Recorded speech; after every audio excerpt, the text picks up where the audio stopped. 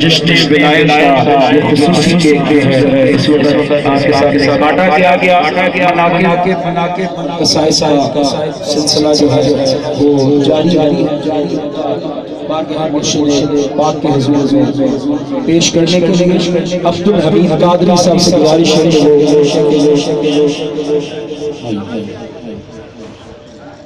अब्दुल हमीद कादरी साहब बारगाह मुर्शिद पाक के हुजूर में हमें कसीदा